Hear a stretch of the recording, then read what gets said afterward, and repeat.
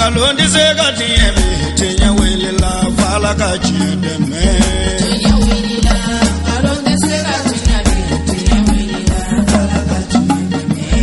Tenya wele la galondi segati ebe tenya wele la fala ka chideme. Tenya wele la namara shikolo mawe tenya wele la fala ka chideme.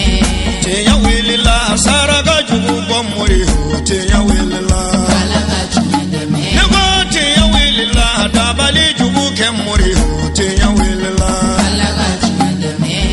أعوذ بالله السميع العليم من شر الشيطان اللعين الرجيم. بسم الله الرحمن الرحيم. الحمد لله القائل في محكم تنزيله إنا أنزلناه في ليلة القدر صدق الله العظيم. ثم الصلاة والسلام على سيد المرسلين وآله وصحبه أجمعين. مشاهدين الكرام السلام عليكم ورحمة الله تعالى وبركاته.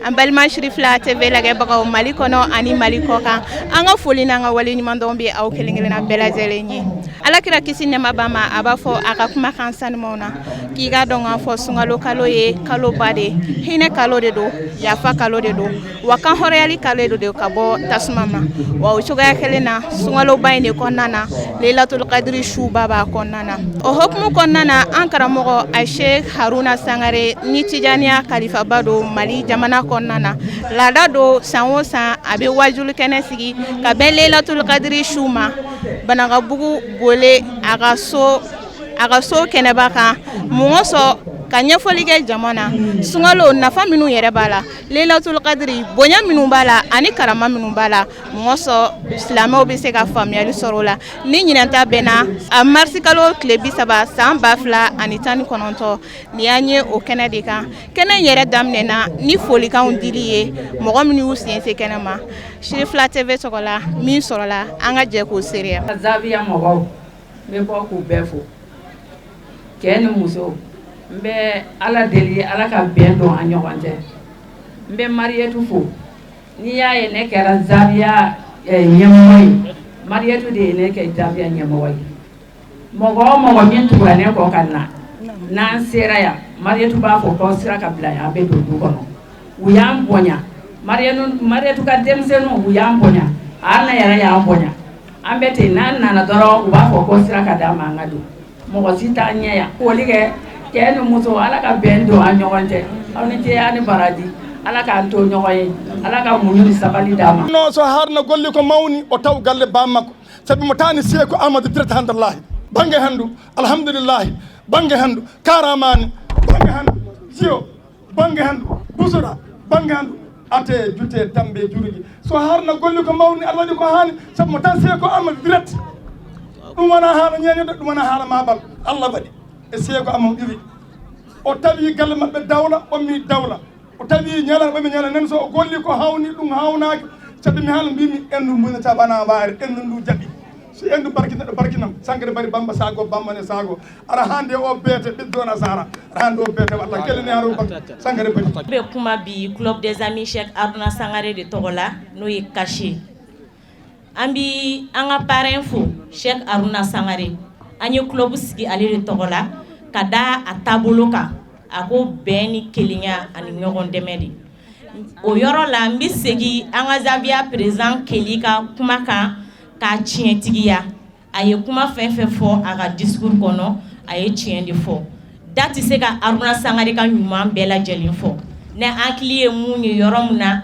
amba odi fo kada kan yin cheban ako beni kelinya de koko de sabati Mali kono o de la anyaye kadala ka kafe ka klubu siga Togola Haruna Sangare o yoro la ambi segin ka finyana tuguni kashi bela jelen Togola ni wulila shu ambiko ni wulila kle ambiko kadaiga horonya ka anika falato demeka donc o de kumene feka fo ala ka shu heradi ni na bela jelima ala ka nga bato bela jelimine fefe ma anna to soro akana segin to soro ka foni jama sanuma ye ku ni che uyere alibi au nana ya nino busama tawko fosima tawko kanuni ya oceano donc ka fo awa kanuna kala ka usara ala kan to nyoy merci nema bama ka foli ke na baka kelengena bela Aruna Sangare ko sumalen bɛ ne si ma.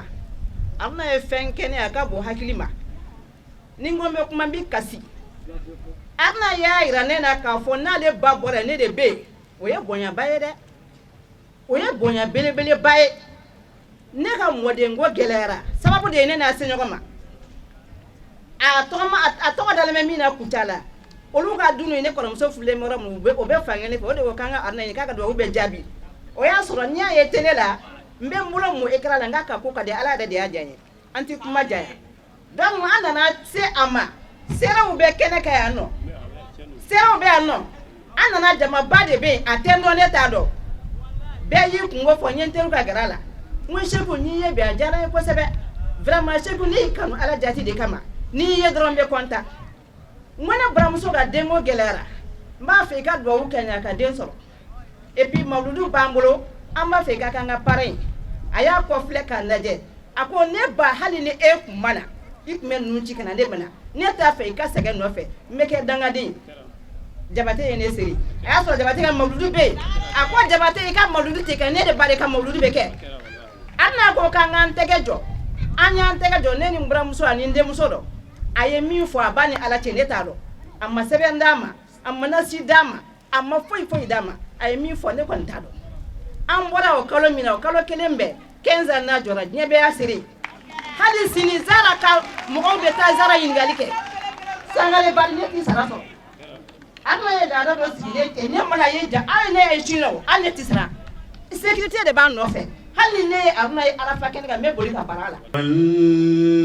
Allahu khaliqun bari'un musawwir. Amin. Lahul asma'ul husna. يسبح له ما في السماوات والأرض وهو العزيز الحكيم. اللهم آمين. صدق الله العظيم. الحمد لله. الحمد لله الذي علم الإنسان ما لم يعلم. الحمد لله الذي خلق كل شيء في الدنيا والآخرة.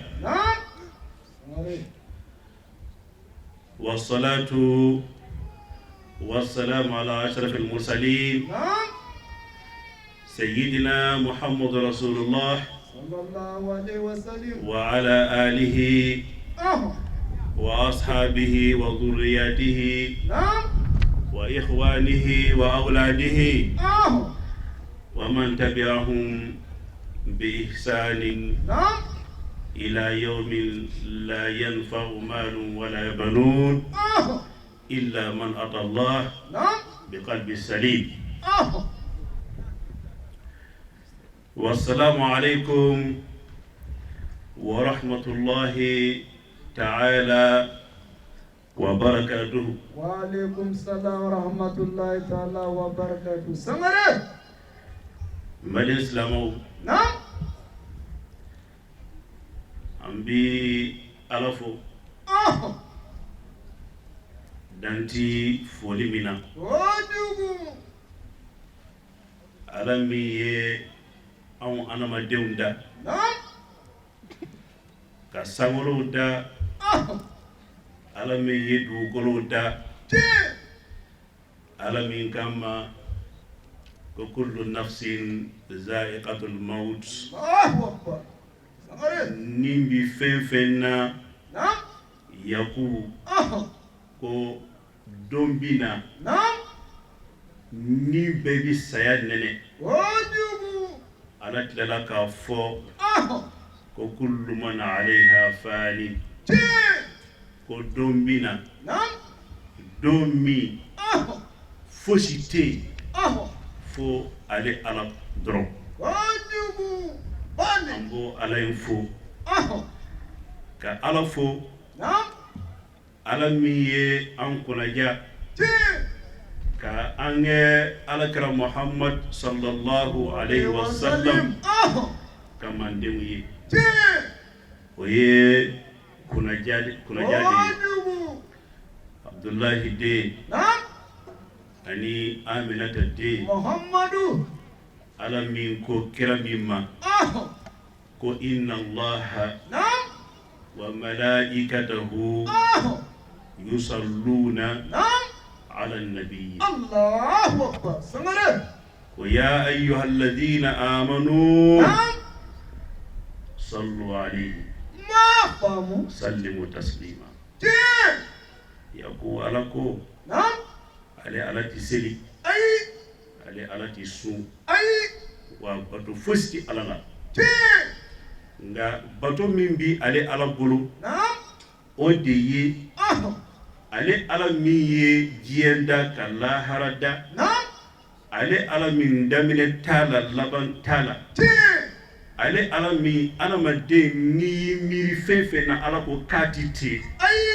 o ala in ko k'a bɛ sɔnni kira muhamadu kan Allahu Akbar. Sallallahu alaihi wasallam. ɔ ka tila k'a ɲini muminw fɛ ko Naam. muminw fana ka sɔnni kira kan Allahu Akbar. ɔ anw mana chance sɔrɔ Naam.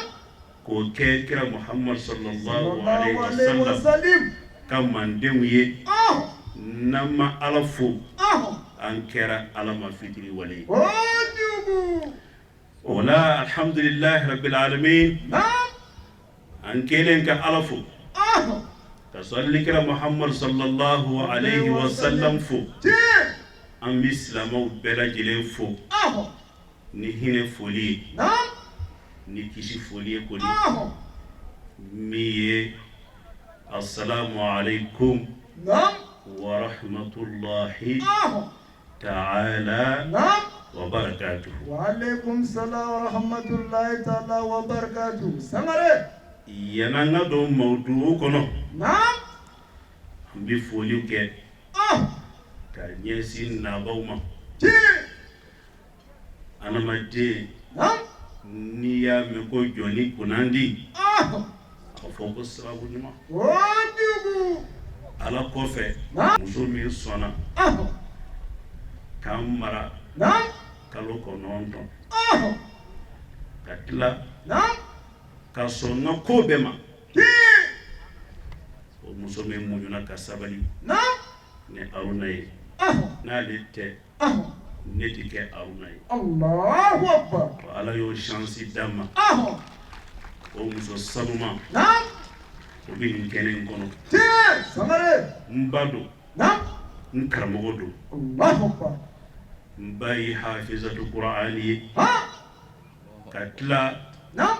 a fa ye hafizu Qur'ani ye a mɔkɛ ye hafizu Qur'ani ye Allahu Akbar. u ka du bɛnkɛw bɛɛ lajɛlen ye hafizuw de ye o ti fosi dɔn kuranɛ kɔnɔ Bali. o ti fosi dɔn ni kuranɛ tɛ o Atakbir. ti fosi dɔn ni kuranɛ tɛ Allahu Akbar. o la Naam. n bɛ ala fo k'an ba fo Ti. k'a f'a ye a n'a ka baaya bɛɛ Naam. ka sɔn ka déplacer ka bɔ a ka so kɔnɔ ka na sigi a denkɛ fitinin min ti fosi ye a ɲɛkɔrɔ Naam. k'o ka wajuli lamɛn a ka kan n ka foli ɲɛsin a ma Wallahi tanti. ka ɲin'a fɛ Naam. an filɛ nin ye ka baara min daminɛ Naam. a ka duwawu k'an ye Wallahi.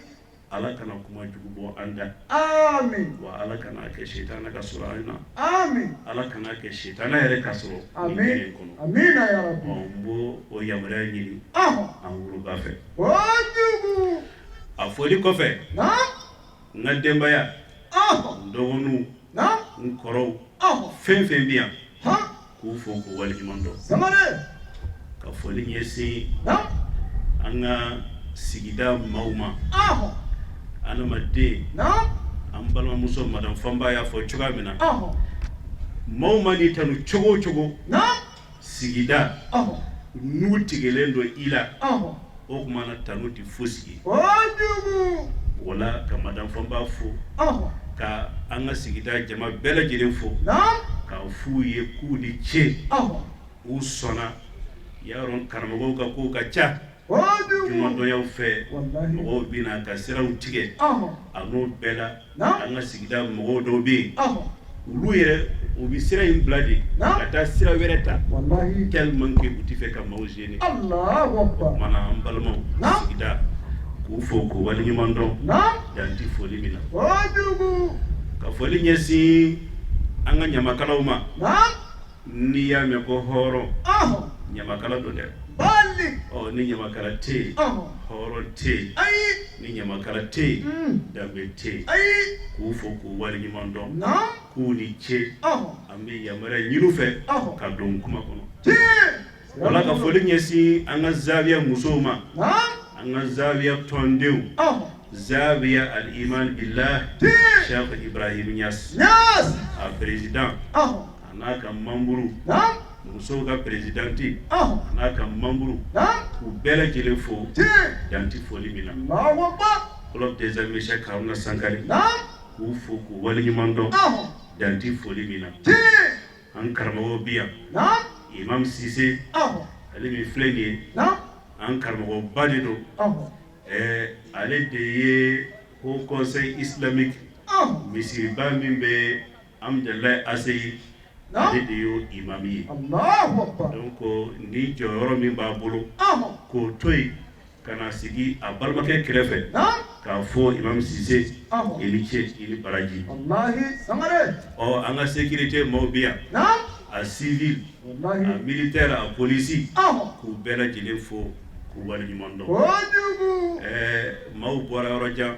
naam zawiya président y'a fɔ cogoya min na ti bi Bamakɔ yan naam n'i donna kare o kare la ahon i b'a sɔrɔ wajulu bɛ yen bali nka mɔgɔw ka bɔ u ka quartier kɔnɔ naam ka tɛmɛ wajulikɛyɔrɔ caman na ahon ka na i yɛrɛ sɔrɔ an ka nin kɛnɛ in kɔnɔ naam u ni foli ka kan u kojugu b'a ɲini ala fɛ ya Rabbi ahon ala ka an n'u u sara amin o la zikiri Yakub naam sangare zikiri Yakub naam yani an ka don nin su in kuma la ahon an bi kalo jumɛn de kɔnɔ fɔlɔ o fanye n'i y'a mɛn ko bi su in kuma bi fɔ naam su in bi kalo dɔ de kɔnɔ kojugu o kalo in ahon o ye kalo jumɛn ye naam zikiri Yakub naam ala ko ahon a ko ya ayyuhal ladhina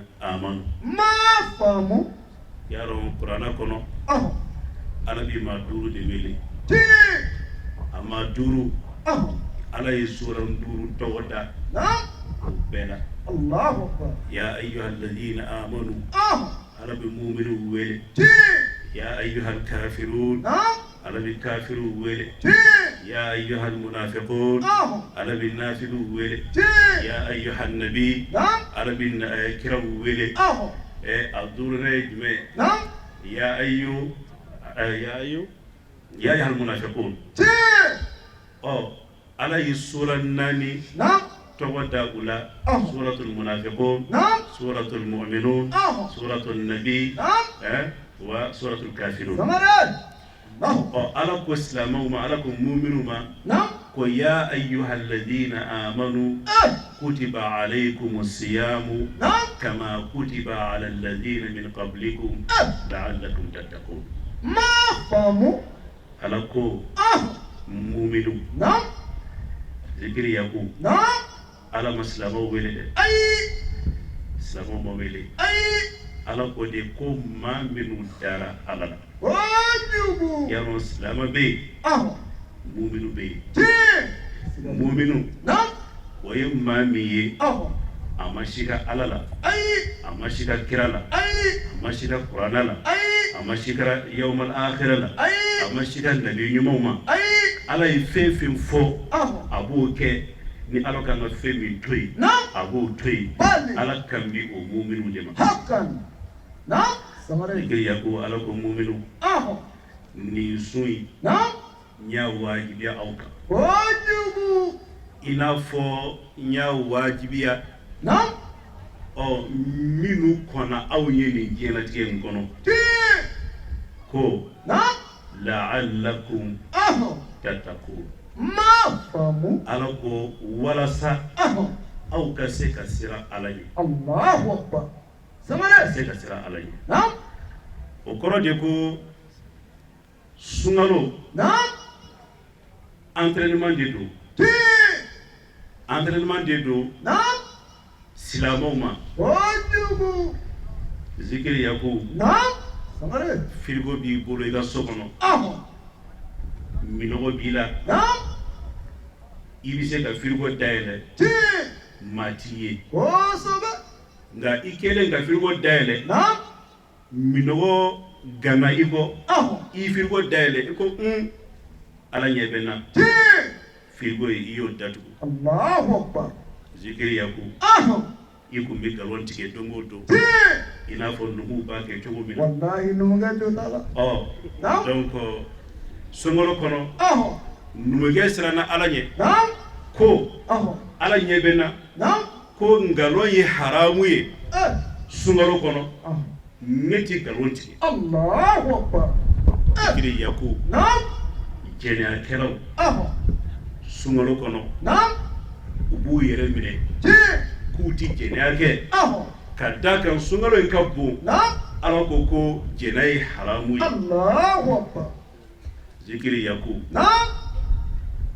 adamaden silamɛ i sera ka nin bɛɛ lajɛlen kɛ tile 30 i ti nkalon tigɛ i ti namara kɛ i ti suyɛli kɛ i ti jɛnɛya kɛ i ti maa janfa e ye nin bɛɛ lajɛlen kɛ wa seli t'i dan seli waati o waati e bɛ misiriw kɔnɔ zikiri yaku e y'o kɛ tile 30 o tile 30 tɛmɛlen a ka kan e ka sira ala ɲɛ sa kalo 11 tɔ zikiri yaku e ala bato cogo min na tile 30 in kɔnɔ kalo 11 tɔ i b'a bato ten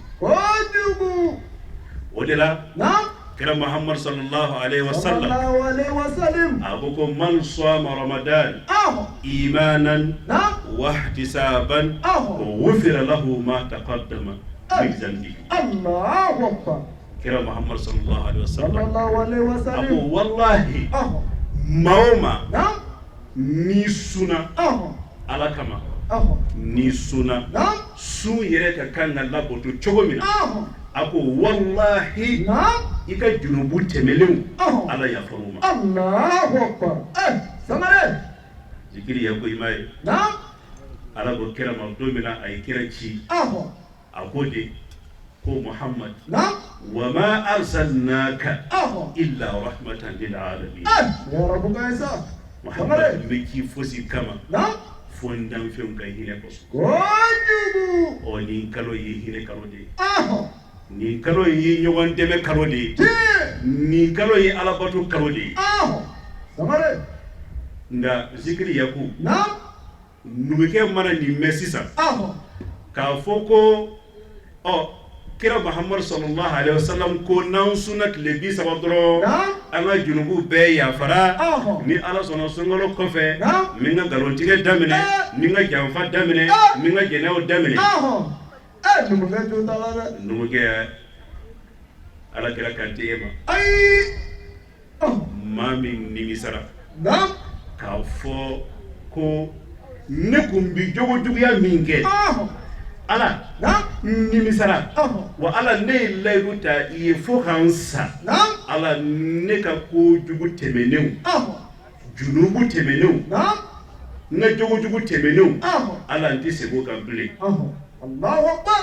ala b'i yafa o tigilamɔgɔ de ma nka ŋaniya b'i la ko seli don rendez-vous dɔ b'i bolo rond-point la ou bien jahanama carré la o carré bɛɛ bɛ Bamakɔ yan ko jahanama carré rendez-vous b'i bolo seli don e kɛlen ka ala bato tile 30 e bɛna min kɛ ka ala sara o de ye seli don e fɛ ka taa ala kotaw kɛ o de la Jibrila alayhi salatu wassalam zikiri yaku Jibrila nana kira ma a ko ya Rasulullah sallallahu alaihi wasallam a ko ala ka danga di maa kan maa min ka junubu ma yafa sunkalo kɔnɔ ala kan kiso tɔɔrɔ ma amin donc o sunkalo kɔnɔ n y'a f'i ye cogoya min na zikiri ya ko bi fɛn caman bɛ yen dɛ kojugu fayidaw bɛ yen an karamɔgɔw Cheikh Ibrahim Niasse mɔdenw Cheikh Ibrahim Niasse denw Cheikh Tidiane Aliyu Sise a ye gundo minnu d'a ma ni ala sɔnna an b'o di silamɛw ma bi ala n'a kira kama an b'o kɛ saraka ye k'a di maaw ma walasa lahara jɔ don ala bɛ se ka hinɛ an na kosɛbɛ a takbir ala ya presama mara takbir zikiri ya ko kɛnɛ bɛna ja ni ala sɔnna kojugu samare o de la bi su in ala y'i sura dɔ de da sura min tɔgɔ ko suratul qadr ko latigɛ latigɛ su kɔni bi ye latigɛ su de Allahu akbar ala tun bɛ fɔ ala b'a fɔ an ɲɛna a ko ba'da a'udhu billahi minash shaitanir rajim bismillahir rahmanir rahim inna anzalnahu fi laylatil qadr famu samare ala ko an y'a jigi laylatul qadri o su kɔnɔ nka ala bɛ tila ka an ɲininka tuguni k'a fɔ wa ma adraka ma laylatul qadr zikiri ya ko jole b'a fɔ e ɲɛna mun de ye laylatul qadri ye ala yɛrɛ bɛ tila ka réponse d'a ma ko laylatul qadri khayrun min alfi shahr tɛmɛ ɲɛmisɛn a tɛntɛn allahu akbar zikiri ya ko ala ko bi su in n'i ye raka 2 kɛ a bɛ komi e ye kalo 1000 de kɛ n'i ka rakaw kɛ zikiri ya ko n'i ye ɲuman kɛ fantan ye bi a bɛ komi e ye kalo 1000 de kɛ i bɛ ka hinɛ fantanw na zikiri ya ko n'i y'i ka denbaya ladon bi a bɛ komi e ye san 1000 kɛ i bɛ kɛ denbaya ladon zikiri ya ko ni cɛ min hinɛna muso la bi su in na ka kado k'a ye ka hinɛ ɲɛsin furumuso ma walahi a bɛ komi e bɛ ka kalo 1000 de kɛ i bɛ k'o hinɛ se i muso ma zikiri ya ko n'i ye aya o aya kalan bi kuranɛ aya a bɛ komi e ye kalo 1000 de kɛ i bɛ ka kuranɛ kalan kalo 1000 dɔnnibatigiw y'o calculer o bɛ bɛn san 80 ani san 3 c'est-à-dire ala ye nin bɛɛ lajɛlen de kɛ k'o di alakira Muhammad sallallahu alaihi wasallam ka mandenw ma walasa ala ka an cɛ janya walasa ala k'an kisi jahanama tɔɔrɔ zikiri ya ko don dɔ la yani ka sura in continuer cɛ dɔ de wulila ka taa alakira Muhammad sallallahu alaihi wasallam a ko ya Rasulullah sallallahu alaihi wasallam a ko bi alhamdulillah ala ye fɛn bɛɛ kɛ n ye n bɛ fɛ ka saraka dɔ de bɔ saraka in n bɛ fɛ i ka a kɛcogo ɲuman i k'o fɔ n ye kira Muhammad sallallahu alaihi wasallam a ko cɛ ma n'i bɛ fɛ n ka saraka f'i ye saraka min b'i kisi diɲɛ ani lahara n b'o f'i ye saraka in a di i muso ma a di i ba ma a di i denw ma a di i ka sigida mɔgɔw ma i bɛ sɔrɔ k'a di yɔrɔ wɛrɛw la Allahu akbar samare zikiri ya ko ɲuman adamaden n'i ɲuman kɛ i y'a kɛ i yɛrɛ ye kira Muhammad sallallahu alaihi wasallam a b'a fɔ irhamu man fil ard yarhamukum man fi sama zikiri ya ko kira ko n'i hinɛna maa min bɛ dugu ma ko ale ala min bi sanfɛ k'a bɛ hinɛ i la. Allahu Akbar. Sangare. I b'o kɔrɔ dɔn wa? Ayi. Y'a dɔn i t'o kɔrɔ dɔn. Ayi. Ministre. Ni hinɛna chef de cabinet ma. Ala bi président kariba k'a d'i ma ka hinɛ i la. Allahu Akbar. Sangare. Sotarama bolila. Ni hinɛna i ka passager la. Ala b'i ka patron kariba ka hinɛ i la. C'est-à-dire que diɲɛ yɛrɛ silamɛya ni adamadenya a sinsinlen don hinɛ de la. Wallahi Sangare. Adamaden n'i tɛ hinɛ e tɛ adamaden ye, e ye bagan de. N'i tɛ hinɛ e tɛ silamɛ ye. Ka d'a kan kira Muhammad sallallahu alaihi wasallam a ci kun o ye hinɛ de ye. Wallahi Sangare. Ne tɛ mɔgɔ tɛ nin fɔ ye. O de la don dɔ la a Rasul sallallahu alaihi wasallam a dalen don sunɔgɔ la. Kafiru kun bɛ ka solution dɔ de ɲini pour que ka kira faga. Allahu Akbar. U ye solution ɲini. U ye bamuru dɔ ta k'a di kafirikɛ dɔ ma ko kira bi sunɔgɔ la k'a ka taa faga. Allahu Akbar. Kafirikɛ nana a y'a ka bamuru bɔ ka a bolo kɔrɔta sanfɛ. A ye kira lakunu. A ko kira ma jɔn de bɛ se ka ne bali k'i faga sisan. Allahu Akbar. Zikiri Yaku kira kama olu ye mumunu de ye. Kira kama ko Ala dɔrɔn Muhammadu de bɛ se k'o kɛ. Allahu Akbar. O Ala n'a ka sebaya cɛ bolo a bolo kɛra a dɛsɛra ka bolo jigin. Allahu Akbar. Kira wulila kira y'a ka bamuru minɛ kira y'i kanto cɛ ma ko jɔn de bɛ se ka ne bali k'i faga sisan. Allahu Akbar. A numukɛ sirada a ko ani kɛ hinɛ ka d'a kan Muhammadu ne y'a mɛn ko e bɛ hinɛ sallallahu alaihi wasallam. Wallahi takbir. Kira ko kira y'a tɛgɛ fila jam a ye Ala deli a ko Ala kafirikɛ a tɛ ko in ɲɛ dɔn. Ala b'a ɲini fɛ yafa ma a t'a dɔn de Muhammadu a bolo lajigin wa Ala kana tɔɔrɔ foyi las'a ma. Allahu Akbar. Kafirikɛ in bolo jigila Muhammadu wa kira ma dan o ma dɛ.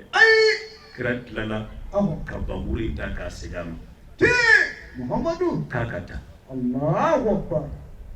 O kafirikɛ in a taara fo ka taa se yɔrɔ jan a seginna ka taa a ko kira ma Muhammadu ko munna e sera ka sabali ta. Kira kama ko ne k'i hinɛ de kama. Allahu Akbar. Ne ma k'i fosi kama fo hinɛ kama Ala ka danfɛnw bɛɛ a kafiri n'a mumini n'a bagan bɛɛ. Takbir. Allah subhanahu takbir. Semua takbir. Manil Jabar, Manil Latif, Manil Samad, Manil Far. La ilaha illallah. Temenni bisa atenten. Kafirikɛ y'a lajɛ a ko ashhadu an la ilaha illallah wa ashhadu annaka rasulullah. Allahu Akbar. Sallallahu alaihi wasallam. Ya k'a fɔ ko Ala tɛ yen fo Ala wa e Muhammadu e Ala ka ciden. Muhammadu Allahu Akbar. Sangare adamaden ni hinɛna Ala bɛ hinɛ i la. Wajibu. N'i y'a lajɛ an bi tile min na bi ani sunkalo bi daminɛ waati min na funteni sinna ka jamana in ci cogoya dɔ la wallahi f'a ka bɔn hakili ma. Wallahi dɔw yɛrɛ sufila maliyɛnw kulela ko nin funteni an ma deli ka nin funteni ɲɔgɔn ye fo ka taa se dɔw bi gilasi de san ka to ka gilasi sigi u kunna tellement que tile ka farin. wallahi Ala ka sebaya Ala ko fantanw dɔrɔn ti nin funteni dɔn dɛ fo faamaw fana k'a dɔn. Allahu Akbar. Zikiri Yaku ne taara nin jamana in maaba dɔ ka so ni ko jamana in maaba i ka faamu ten. Wajibu. Ndonné a yi reçoit a yi télécommande télécommande a b'a digi ngo fama ngo mun de be ko baisse de tension de be ko baisse de tension de be o kuma na climatiseur ti sumaya wallahi ala ko ja fo famaw ni fantaw be ko funteni fa ka maliyo beli wallahi am be an ya rasulullah samare an kulele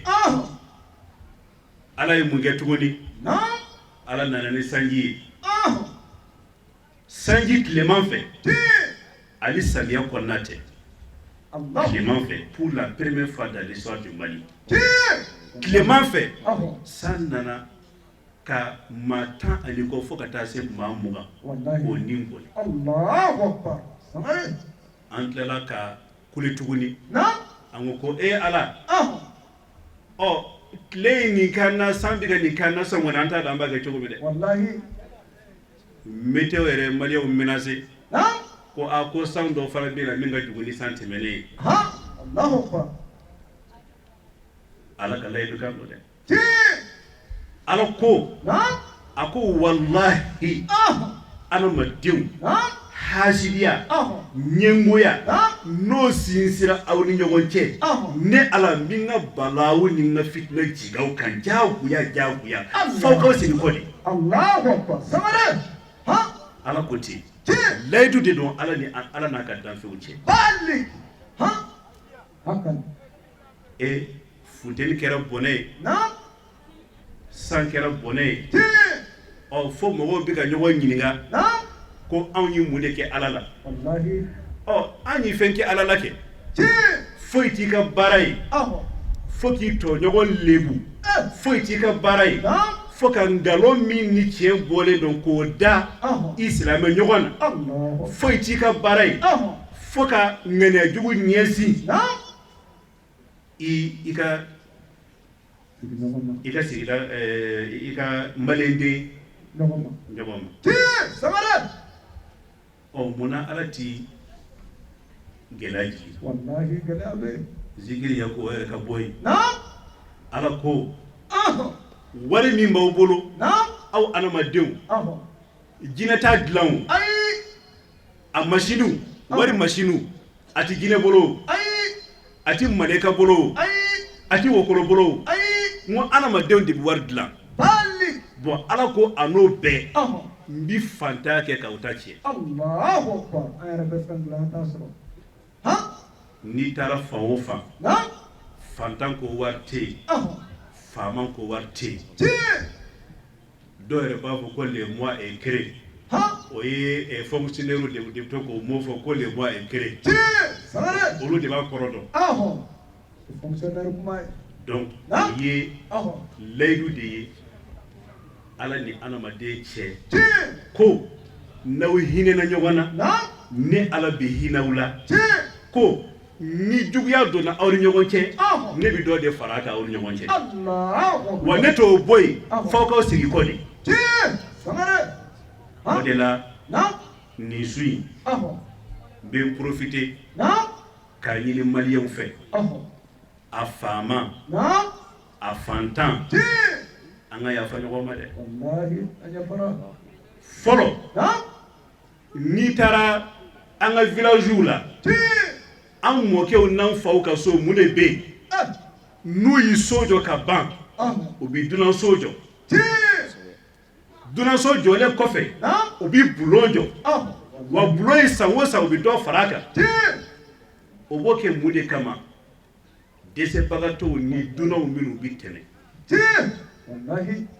zikiri yaku fɔlɔ ni dunan n'a ka sakosi nana dugu la n'a nan'i jɔ juda la denmisɛnninw kɔntannen debi boli ka taa fɔ n fa n na dunan dɔ bɛ kɛnɛ ma cɛkɔrɔba bɛ mun de fɔ dunan in a y'a ladon dunan in donnen kɔfɛ u b'a bisimila yan'u k'a ɲininka k'a bɔra min yan'u k'a ɲininka k'a tɔgɔ ye di u b'a fɔ de a ye ji d'a ma siga t'o la wallahi ni ji dira ma cɛkɔrɔba bɛ sin k'a fɔ musokɔrɔba ma ten ko dumuni dɔ bɛ yen wa o bɛ sin k'a fɔ ko dumuni dɔ bɛ yen o dumuni bɛ ta ka di dunankɛ ma ɔ dunankɛ n'a ye dumuni dun ka ji min o kɔfɛ de dutigi b'a ɲininka karisa i bisimila i bɔra min i tɔgɔ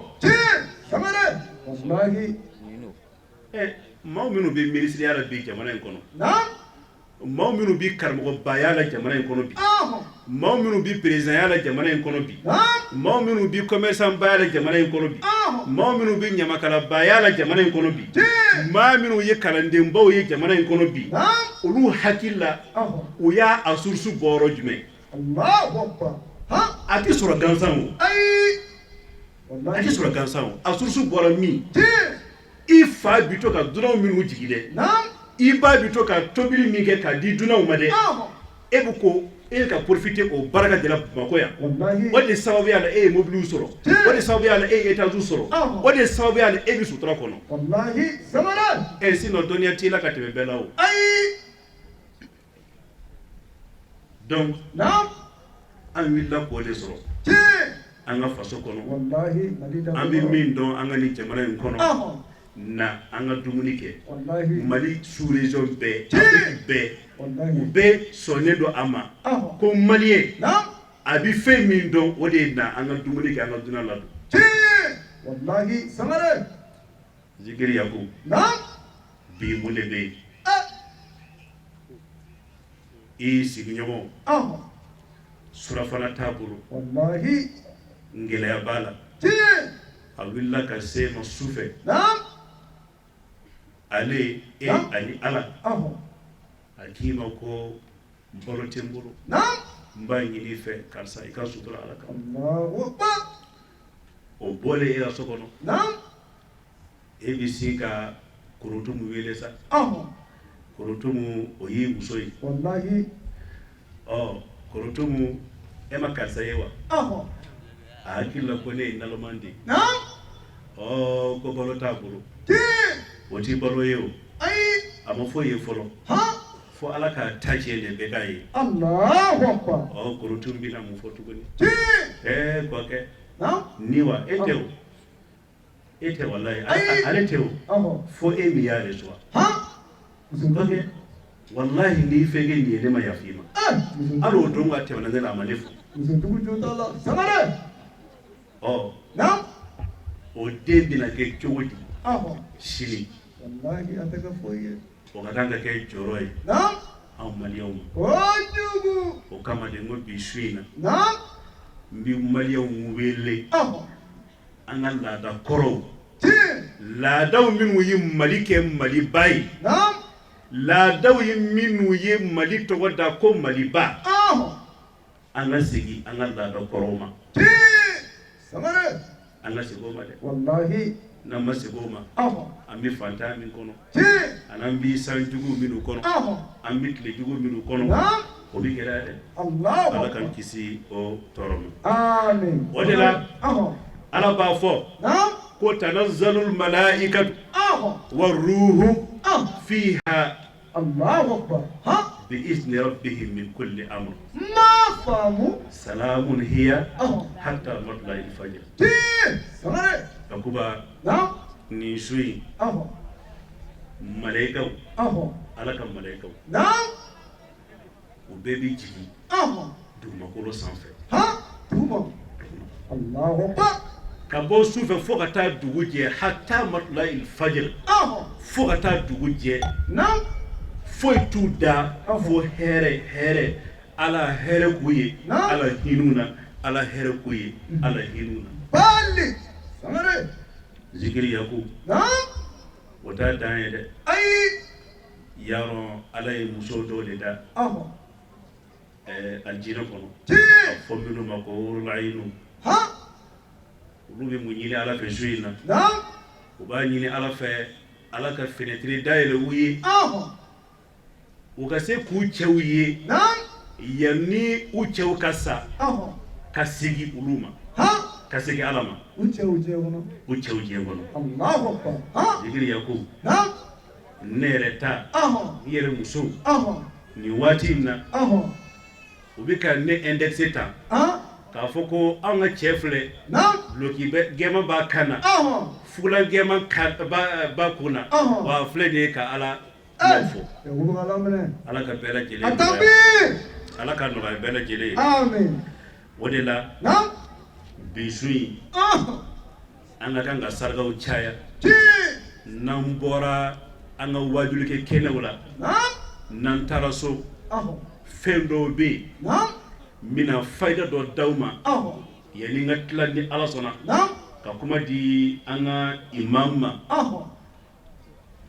o fayida in zikiri Yaku ne bɛ fɛ ka o fayida in di silamɛw ma u k'a kɛ Ala kama su in na u k'a kɛ n'u y'a kɛ su in na nin tile fila in na Ala bi hɛrɛ min k'u ye u k'a kɛ Ala kama n'an nana sigi yan don min na bɛɛ b'a y'a ɲɛ na takbir ya président takbir suma takbir manil jabar manil latif manil far wahidul qahar la ilaha illallah zikiri Yaku samare zikiri Yaku إن الفضل بيد الله ما فهموا يؤتيه من يشاء والله ذو الفضل العظيم samare zikiri Yaku e min bɛ ka boli ka baara ɲini e min bɛ ka boli ka nafolo ɲini e min bɛ ka boli ka kɛnɛ ɲini zikiri Yaku ni Ala sɔnna jinɛw ni adamadenw bɛɛ ka fara ɲɔgɔn kan k'a fɔ k'u tɛ Ala b'a kɛ Allahu akbar takbir sunna kadisa zikiri Yaku itaraso aforiko gundow bɛ yen gundow bɛ yen dɛ ojugu a ma mɛn nin y'a san fila ye dɔrɔn an ka seku min ye Cheikh Tidiane Aliyu Sise ye Cheikh Ibrahim Niass Maulana Cheikh Ibrahim Niass o mɔden bi bi in na ale de ye Baye Niass ka zawiya ba o alimami ye a ka kalanden dɔ de bɛ yen dibi Nigéria Nigéria nafolotigiw cɛla a bɛ compter u cɛla san o san ni seku bɛ taa mawludi la Nigéria cɛ b'a ka Boeing avion fitinin tɛ n'i y'a fɔ ko Boeing dɔrɔn o y'a selen ye a dan na a b'a ka avion Boeing de ci seku ma a yɛrɛ ka avion o de bɛ taa seku ta ka taa n'a ye Nigéria o cɛ tɔgɔ ko El Hadj Musa Lawal san na sini a taara seku fɛ seku ko k'u ka tobiliw kɛ o ye tobili sugu bɛɛ de kɛ ka na n'a ye ka na sigi seku ɲɛna zikiri Yaku seku ko k'u ka wele ka na u ka dumuni kɛ El Hadj Musa Lawal dumuni nalen seku y'a tɛgɛ ko k'u ka ji d'a ma k'a tɛgɛ ko a ko seku ma k'a ka docteur ko k'a kana kini dun ko jabɛti juguman ko de b'a la ko jabɛti in a ka ca ni san 5 jabɛti in b'a la jabɛti in b'a tɔɔrɔ kojugu seku y'a kun firifiri seku ko El Hadj Musa Lawal ne de k'i ma kini i b'a dun hali n'i bɛ sa yan seku ko a ka kalanden El Hadj Musa Lawal a ko seku ma ko ni aw ye an bila fɛn fɛn na n'aw ko an ka don tasuma kɔnɔ an bɛ don tasuma kɔnɔ n'o ye kalandenw ye kalandenw laadiriw kalandenw minnu y'u yɛrɛ di Ala ma k'u yɛrɛ di Ala kira ma k'u yɛrɛ di Cheikh Ahmad Tidiane ma k'u yɛrɛ di Maulana Cheikh Ibrahim Niass ma seku ko k'a ka kini in dun a ye kini in dun seku ye boisson ta Vimto i y'a dɔn sikɔrɔ ka ca Vimto la dɛ seku ye Vimto ta seku yɛrɛ ye Vimto don verre kɔnɔ ko k'a k'a min jabɛti tana Elhaj Musa Lawal ayami Shehu Kama ko bo sisan wili igata docteur do segere ika laje na ya soro jabeti bi joli la Allahu akbar samare Elhaj Musa Lawal bora Madina Baye Kaolack kata taka aka avion ba kuno yi ayi docteur Kelo wele oya ka joli bo ko non ko ton sang est très bon ko diabète ti est là Atabi samare ayi amaso aka docteur principal au bi Londres de Angleterre aya ka avion ta mata Nigeria de Londres direct aka docteur Togo ko docteur Christophe Jean Christophe samare banyarosa asiraye parce que sanwo de baka visite ke docteur Jean Christophe o ya ka analyse ke o kama ko no ko ni titie ko iba soro an laboratoire problème do bala ambitanie reine Elisabeth e mo do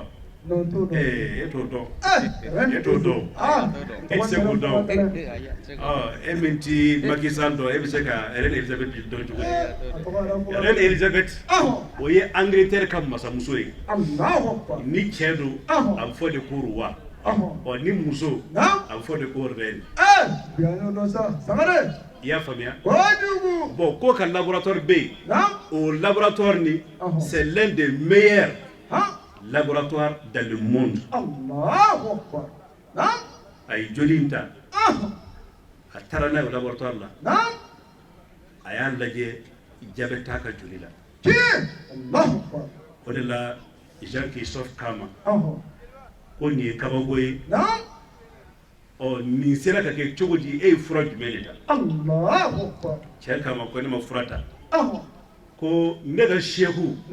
Ndinja buya na kiridu takla ka boisson dia takla ka fo ko ngata nga joli segere ka laje ni diabète be no be diabète Allahu Akbar Jean Christophe agosala o shehui mo bi se ka yewa Elhaj Musa Lawal ko mo bi se ka yi Allahu Akbar o Jean Christophe ayi docteur belbele baw Angleterre ya adouta ka blaka délégation kono o tara Madina Baye Allahu Akbar sangare nana shehu yule soa o kulu ikabako doyi ko ni yoka bana bagato de ko ulu de bini bana bagato ulu de ba traité ko jabeti jugu a farmamba ko de bala o mi an kabako ya anya ka joli segere jabeta la blé e mun fura de dama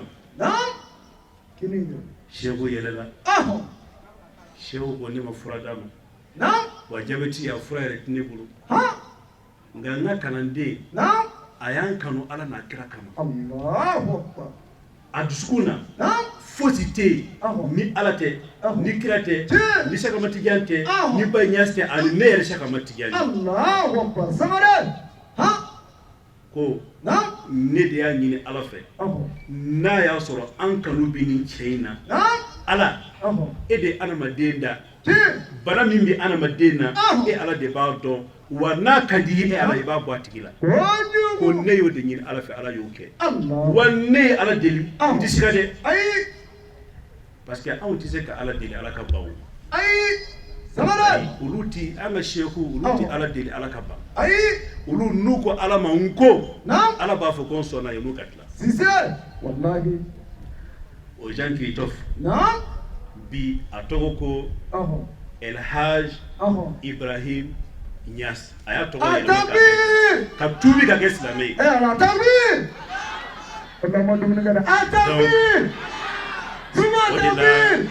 mani jabar mani latif mani samad wahidul qahar la ilaha illallah sayyidina Muhammad rasulullah o de la wallahi mana kine dunga jabe tigama o de la ustaz ko be denmisɛnninw ɲuman wallahi ko be dɛ kojugu ko be denmisɛnninw mana telefɔni ɲuman sɔrɔ dɔrɔn i b'a ye u b'a kɛ tan ko be dɛ telefɔni bɛ e bolo e bɛ ka kuma écran de kan maaw tɛ ka écran ye e b'a la ko be yen comme si mɔgɔ bɛ k'i ka telefɔni ye k'a sɔrɔ mɔgɔ bɛ k'i ja de o tɛ ka telefɔni ye nka a tigi b'a la ko be yen ko be yen dɛ wallahi ko be yen c'est-à-dire que zikiri yaku Sheikh Ibrahim Niass a ko wallahi ko ale Sheikh Ibrahim Niass k'ale ka khalifa bi yɔrɔ o yɔrɔ a ko wallahi k'a ka khalifa kelen bɛ se ka maa 1000 balo don o don fo ka taa diɲɛ bɔ Baye Niass a ka khalifa kelen bɛ se ka maa 1000 balo don o don e ma taa Kaolack wa Mamadou Lara bɛ n'o Mopti e m'u ye wa an ka sheikhu minnu bɛ Mali kɔnɔ e m'u ye wa Sheikh Mansour Haidara e m'u ye wa Abdou Jalil Haidara e m'a ye wa donc o de la bi dɔ ye bi ye dɔ ye anw fana ka kan k'an dusukun dayɛlɛ dɔɔni min b'an bolo an k'o di maaw ma ni bana bi maa minnu na wala ni hami bi maa minnu la donc an ka taa an k'o jira Ala la bi su in na siga foyi t'a la ni Ala sɔnna. Alhamdulillahi rabbil alamin an balima Shirifila TV lagɛbagaw Mali kɔnɔ ani Mali kɔkan an tɛ sɛgɛn k'an ka foli n'an ka wale ɲuman dɔn kurakuraya aw ye ka aw hakili lajigin k'a fɔ bi wajulu kɛnɛ kan an kun bɛ Banankabugu bole an n'an karamɔgɔ Sheikh Harun Sangare n'ale Tijaniya kalifaba ye Mali jamana kɔnɔ laada don san o san a bɛ wajulu kɛnɛ sigi ka bɛn Laylatul Qadri ma Laylatul Qadri min ni kuranɛ jiginna ka bɛn o su ma ni Ala ka latigɛw bɛ kilan ni su in de kɔnɔna na mun sɔn bonya ni karama min bɛ su in na ani nafaba minnu b'a la mɔgɔ sɔn Ala ka jɔnw bɛ se ka faamuyali sɔrɔ o la ni kun ye anw ye o kɛnɛ de kan k'a yira aw la k'a fɔ nin y'an ka bi sɔrɔlenw ye dugawu minnu kɛra kɛnɛ min kan Ala ka dugawu ninnu bɛɛ lajɛlen jaabi an ye k'a ɲini Ala fɛ Ala ye ɲinɛta jira anw na cogo min na Ala ka san wɛrɛta jira an na o cogo kelen na wassalamu alaikum wa rahmatulahi ta'ala wa barakatuhu shukran lakum wa dumtum bi khair.